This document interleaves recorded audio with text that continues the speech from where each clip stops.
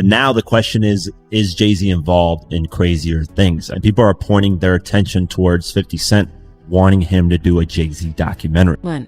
Shocking new footage allegedly showing Jay-Z at what some describe as a secretive party has reportedly been leaked by 50 Cent, instantly shifting online conversation and fueling intense debate.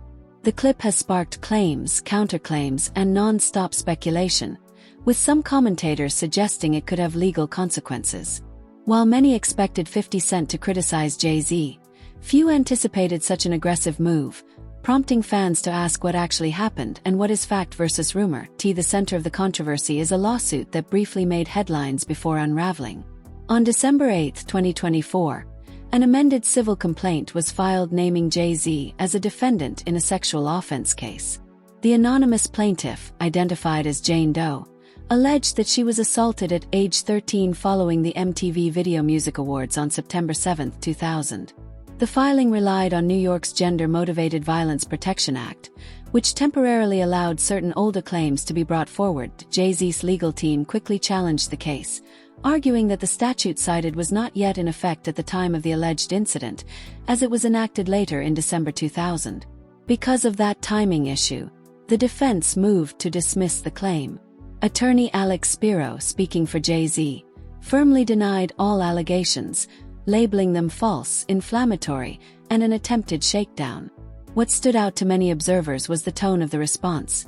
Direct, forceful, and deeply personal, emphasizing Jay-Z's determination to defend his reputation, family, and legacy against what he described as baseless accusations, as discussions continue across media platforms worldwide. There's an accusation about Jay-Z and Diddy and a teenager, 13-year-old teenager. Right. And we were speaking about just the statement. Right. The statement, you were saying you felt like that was calculated. That was, the statement is something you can tell it was written by a lawyer. Because there's a point where it kind of gets aggressive. He says, you're going to find out, like how I'll handle this. And that's an attorney want to be combative with another attorney. The defense team began dismantling the plaintiff's story piece by piece, raising serious questions about its credibility. According to her account, after escaping the alleged assault, she went to a gas station and called her father, who then supposedly drove for several hours to pick her up. However, when investigators later interviewed her father, he said he had no recollection of such an event. He reportedly stated that if something that serious had happened, there was no way he would have forgotten it. That contradiction immediately weakened a key part of her narrative. More inconsistencies soon followed. The plaintiff claimed the alleged incident occurred after an exclusive after-party at a private residence. Yet photos, event listings, and witness accounts from that night showed that the official after-parties following the VMAs were held at public venues, including clubs like Twirl and Lotus. There was no evidence supporting the existence of the private location she described, and the timeline simply did not align with known events. The story unraveled further when she alleged that she interacted with Benji Madden of Good Charlotte at the event. Representatives for the band quickly shut that down, confirming that both Madden brothers were on tour in the Midwest that night and were not even in New York for the VMAs. Faced with these discrepancies, the plaintiff later acknowledged in interviews that some details of her account were unclear and that she may have misremembered certain facts. She attributed this to trauma and the passage of more than 20 years, while still maintaining her core allegation. Ultimately, on February 14, 2025, her attorneys filed a notice of voluntary dismissal with prejudice in federal court in Manhattan. In legal terms, that meant the case was permanently closed and could never be refiled. There was no settlement, no payment, and no admission of wrongdoing. Although her legal team later claimed she feared retaliation, no official reason was listed in the filing. With the narrative riddled with inconsistencies, the lawsuit ended abruptly, and she walked away entirely. A huge victory for Jay-Z and Diddy, actually, as a lawsuit has been dropped against them. This was a lawsuit that got a lot of headlines because you remember this was filed back in December. The accuser said she was just 13 at the time that, as she put it, Diddy and Jay-Z raped her at a VMA after party back in 2000. Well, that lawsuit is no more. She voluntarily filed to dismiss it today without prejudice file those documents in federal court. And that means without prejudice. That part means that it cannot be refiled. There was no settlement here. This was her going in and dropping the case. Jay-Z's team and Roc Nation reportedly welcomed the outcome, stressing that no settlement was paid and the lawsuit should never have been filed. Jay-Z released a statement saying he felt relieved the case was over but remained angry about the pain and stress his family endured, making it clear he would not simply move on or forget the ordeal. As you might imagine, Jay-Z is thrilled with the victory, but is also really pissed he even had to go through this. He gave us a statement saying that the fictional tale they created was laughable, if not for the seriousness of the claims. I would not wish this experience on anyone. The trauma that my wife, my children, my loved ones, and I have endured can never be dismissed. The case ended completely in Jay-Z's favor. No criminal charges were ever filed, since the claims were strictly civil and the statute of limitations for any criminal case had expired years earlier. But Jay-Z wasn't content with simply winning. He turned his attention to attorney Tony Buzbee, accusing him of orchestrating what he described as a calculated shakedown scheme. Remember, Tony Buzbee was the lawyer who filed this lawsuit for the plaintiff, who filed anonymously. He is the guy who's filed dozens at this point of cases against Diddy. And Jay-Z had a shot for him, saying this 1-800 lawyer gets to file a suit hiding behind Jane Doe. And when they quickly realize that the money grab is going to fail, they get to walk away with no repercussions. The system has failed. Jay-Z publicly stated that the legal system needs serious reform. In his view, it must protect genuine victims while also safeguarding innocent people from having their reputations destroyed by false or unproven accusations. He made it clear that accountability should cut both ways. That belief set the stage for his next move, going on the offensive against the people he believed were responsible for bringing the case to his door. After the lawsuit was dismissed in February 2025, Jay-Z didn't simply accept the win and disappear from the spotlight. Instead, he launched an aggressive counterattack. Rather than letting the controversy fade, he turned his focus on both the anonymous accuser and her attorney, Tony Buzbee. Jay-Z claimed the entire case was manufactured from the start, describing it as a calculated extortion plot designed to pressure him into paying a massive settlement. This wasn't damage control or quiet cleanup. This was a billionaire music and business mogul sending a message that he would fight back hard if his name was dragged through the mud.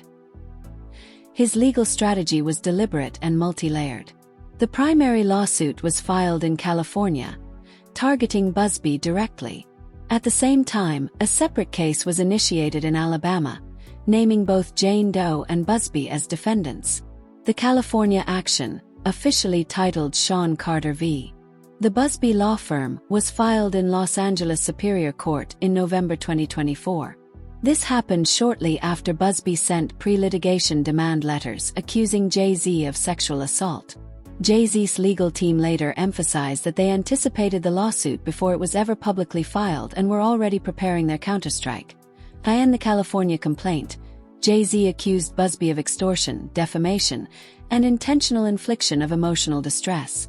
The claims centered on two demand letters sent in early November 2024. One letter was anonymous, while the second named the accuser. Both warned that unless Jay-Z agreed to mediation and a substantial financial settlement, the allegations would be made public through litigation. Jay-Z's attorneys argued that this amounted to classic extortion: pay the money or face reputational destruction based on false claims. The lawsuit also detailed 6 specific statements Buzbee allegedly made to the media, which implied Jay-Z's involvement in sexual misconduct without solid evidence. Jay-Z's team argued that these statements were defamatory and made with actual malice, meaning Buzbee either knew the claims were false or acted with reckless disregard for the truth.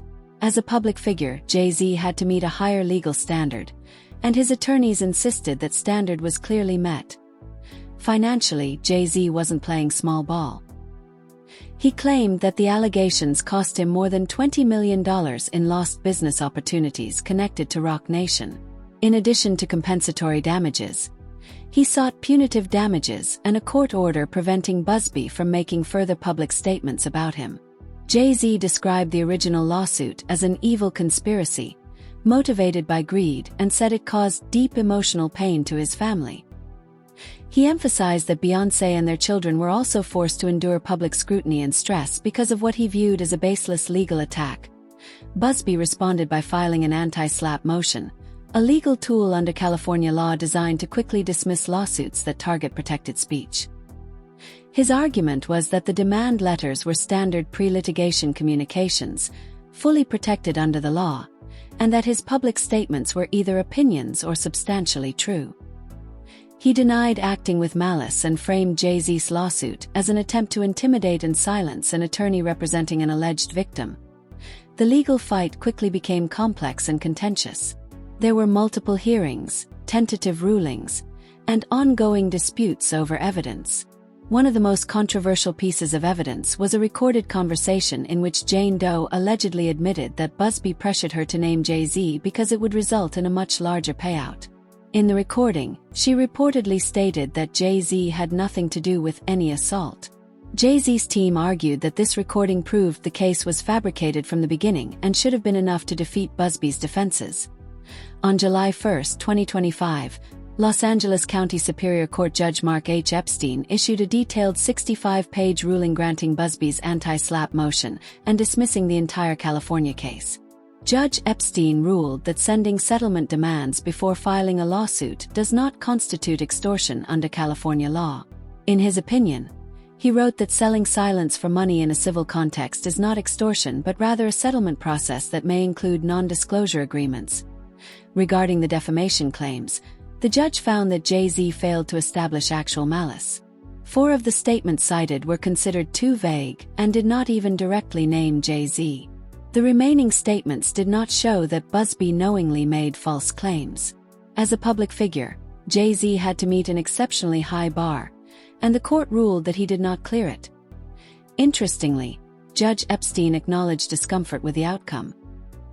He noted that the case might have unfolded differently if the recorded conversation with Jane Doe had been admissible without concerns about how it was obtained. However, he concluded that First Amendment protections ultimately outweighed those issues. Busby celebrated the ruling and announced plans to seek attorney's fees from Jay-Z. Meanwhile, Jay-Z's legal team immediately filed an appeal, arguing that the judge overlooked critical evidence showing the accusations were fabricated. The legal war did not end there. In March 2025, Jay-Z filed another lawsuit in federal court in Alabama, where Jane Doe resided. This case directly targeted Jane Doe, Busby, and co-counsel David Forney. The allegations mirrored those in California, accusing them of conspiracy and extortion. Jay-Z's team claimed Jane Doe admitted to investigators that the accusations were false. As of late 2025, the Alabama case was still active, with motions to dismiss filed but no final ruling yet. Jay-Z's broader strategy appeared clear: force his opponents to fight on multiple fronts, increasing pressure and legal costs. The countersuits highlighted how complex high-profile cases can become, especially when anti-SLAPP laws, pre-suit demands, and defamation standards intersect. It also underscored how different the game is when someone has the financial resources to aggressively defend their name rather than settling quietly. While the legal battles played out in court, 50 Cent was doing what he does best: keeping the controversy alive online.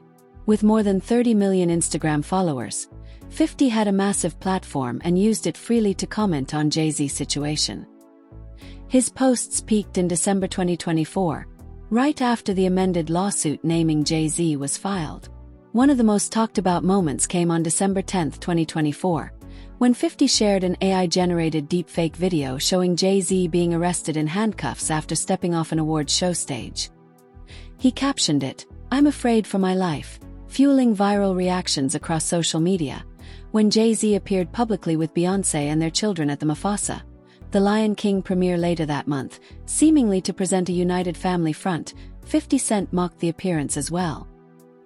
He posted sarcastic captions suggesting Jay-Z was trying to perform damage control. These posts reignited public attention and kept Jay-Z's name trending long after the legal filings. The tension between 50 Cent and Jay-Z isn't new. Their rivalry stretches back more than 2 decades. It began in 1999 when 50 Cent was an up-and-coming rapper trying to break into the industry. He released the song How to Rob, which included provocative lines aimed at multiple top artists, including Jay-Z. While the track was meant as battle rap shock value, Jay-Z reportedly took offense. T the time, Jay-Z was dominating the rap game with albums like Volume 3, Life and Times of S. Carter. He responded with subtle shots on It's Hot, Some Like It Hot, in 2000, addressing rappers he felt were biting his style. The rivalry simmered for years. During the early 2000s, 50 aligned himself with Nas during Nas's highly publicized feud with Jay-Z. Although Jay-Z and Nas eventually squashed their beef in 2005 with a public reconciliation at the I Declare War concert, the tension between 50 and Jay-Z never fully disappeared. By the 2020s, 50 Cent continued taking jabs whenever opportunities arose, especially on social media. One major flashpoint came around the Super Bowl halftime show. When Dr. Dre organized the iconic performance, Eminem reportedly wanted 50 Cent to be included. According to 50, Jay-Z, whose Roc Nation helps produce the halftime show, along with the NFL, had reservations about his involvement. That dispute added fresh fuel to an already long-standing rivalry.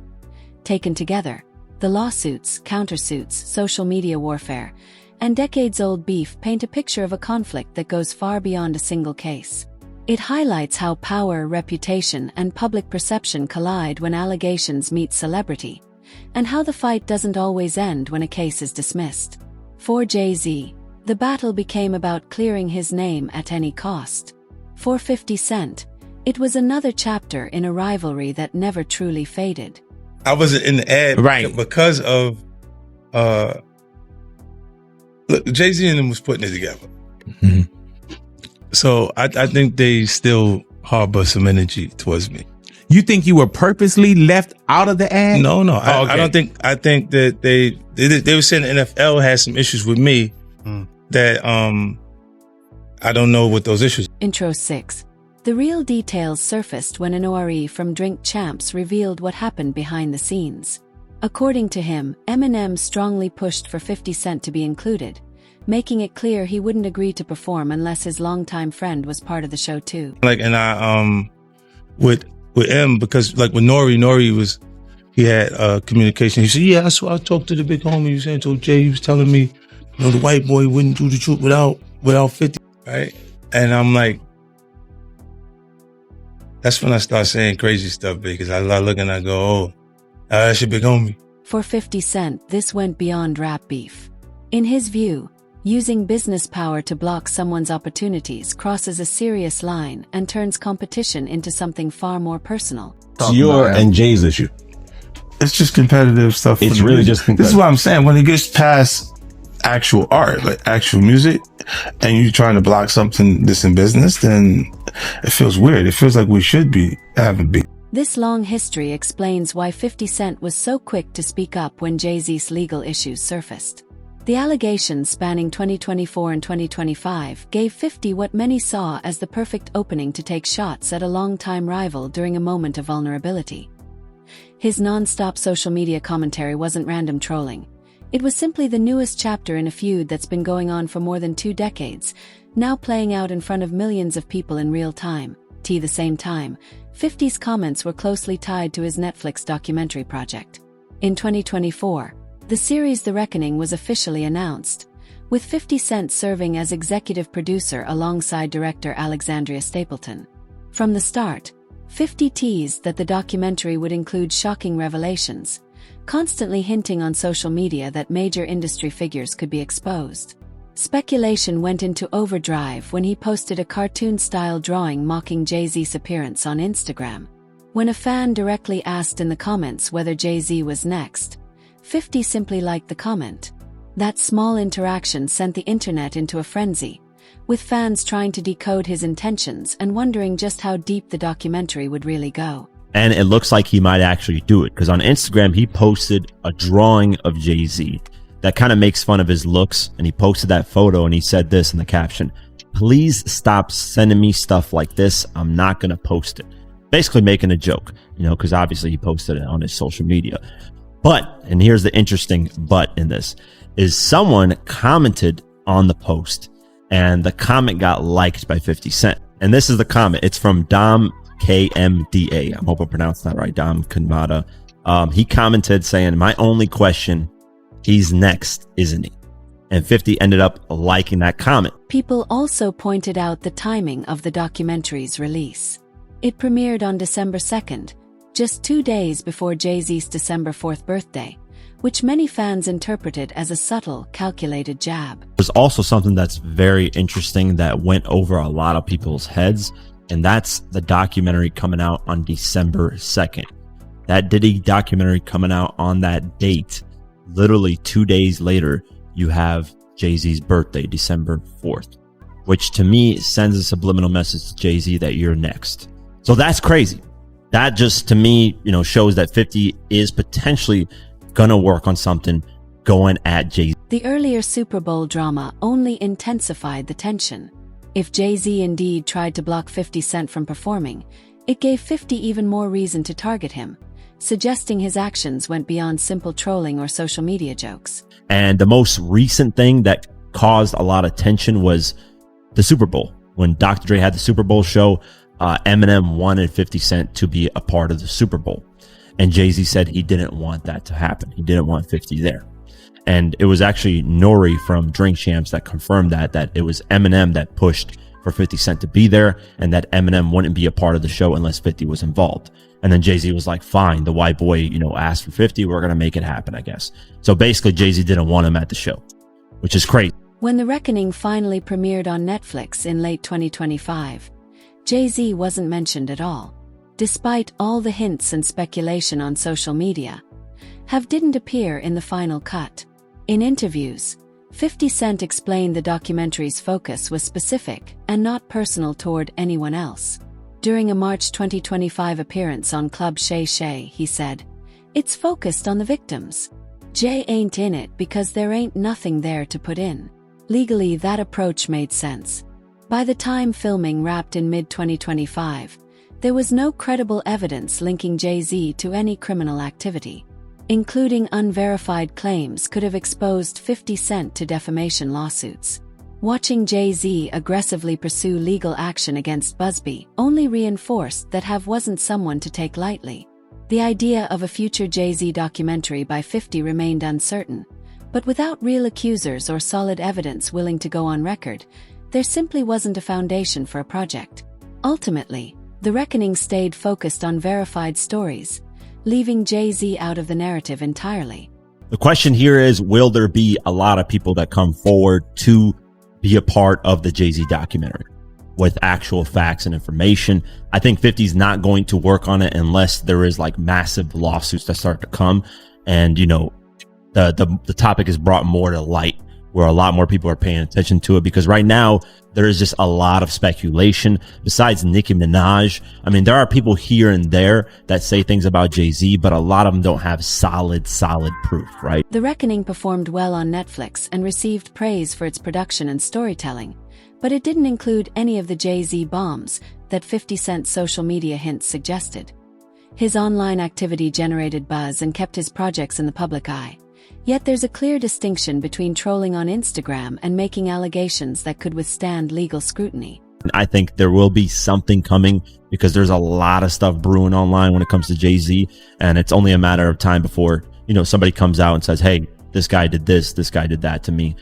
I don't know. I'm not saying he did or did not, but we'll see what happens down the line. Whether anything changes in the future depends entirely on whether credible accusers or verifiable evidence ever emerge. As of late 2025, nothing had surfaced to alter the situation. Despite the legal drama throughout 2024 and 2025, Jay-Z's business empire remained remarkably stable. His estimated net worth of $2.50 to $2.60 billion in 2025, built through ventures like Armand de Brignac Champagne, Dus Cognac, Roc Nation, and investments via Marcy Venture Partners, wasn't significantly impacted by the lawsuit. Major partnerships stayed intact, contracts weren't cancelled, and Roc Nation maintained all its key deals, including the high-profile Super Bowl halftime show agreement. This multi-year NFL arrangement, originally secured in 2019, continued without disruption.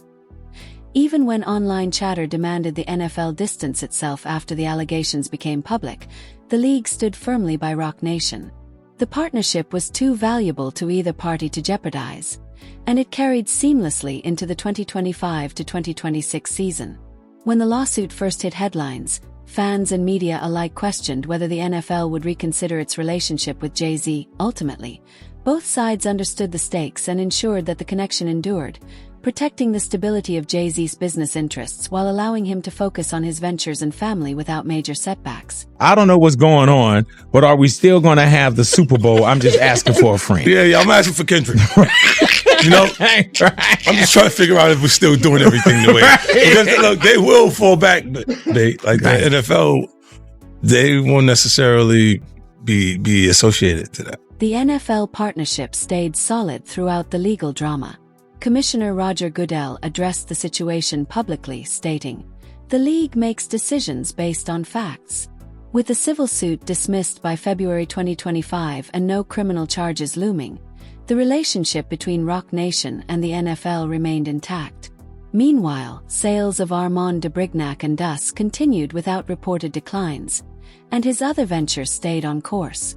Casino development bids in New York through Roc Nation coalitions progressed as planned, and investments in companies like Uber and real estate holdings remained unaffected. Jay-Z's diversified portfolio and long-term contracts shielded him from financial harm. Analysts noted that the swift dismissal of the lawsuit, combined with his aggressive legal strategy and proven business acumen, protected him economically. The allegations did affect Beyoncé and their 3 children, Blue Ivy and twins Rumi and Sir. Beyoncé kept a lower profile during the peak of the controversy but continued working. Her Renaissance album, released in March 2024, received critical and commercial acclaim. Tabloids speculated about tour delays, but no official cancellations occurred. In December 2024, the family appeared together at the Lion King premiere, sending a clear message of unity. In Jay-Z's defamation countersuits, he highlighted the mental anguish and emotional strain inflicted on his family, emphasizing the attacks targeted all of them. Roc Nation statements after the February 2025 dismissal reinforced the impact on the children. Despite rumors of marital tension, credible sources confirmed the family remained stable, continuing to collaborate professionally through Parkwood Entertainment and Roc Nation. Jay-Z carefully managed his public image throughout the ordeal, issuing categorical denials, taking decisive legal action, protecting his family, and gradually returning to visibility without engaging the media directly on allegations. Roc Nation controlled updates, framing the dismissal as a victory for truth. Strategic public appearances reinforced this narrative. After the dismissal, Jay-Z's reputation rebounded. Forbes and Bloomberg profiles in 2025 highlighted his billionaire status, portraying the lawsuit as a baseless attack he overcame legally. By late 2025, discussions shifted back to his music legacy, business ventures, and family life. The controversy became another obstacle he successfully navigated. Facts remained clear. Jay-Z was never sentenced, the lawsuit was dismissed with prejudice, no criminal charges were filed, and his business empire, family, and public image remained intact. Meanwhile, his countersuits against those he alleges attempted to frame him continued. Thank you for watching. Click on the boxes on your screen to explore more similar content.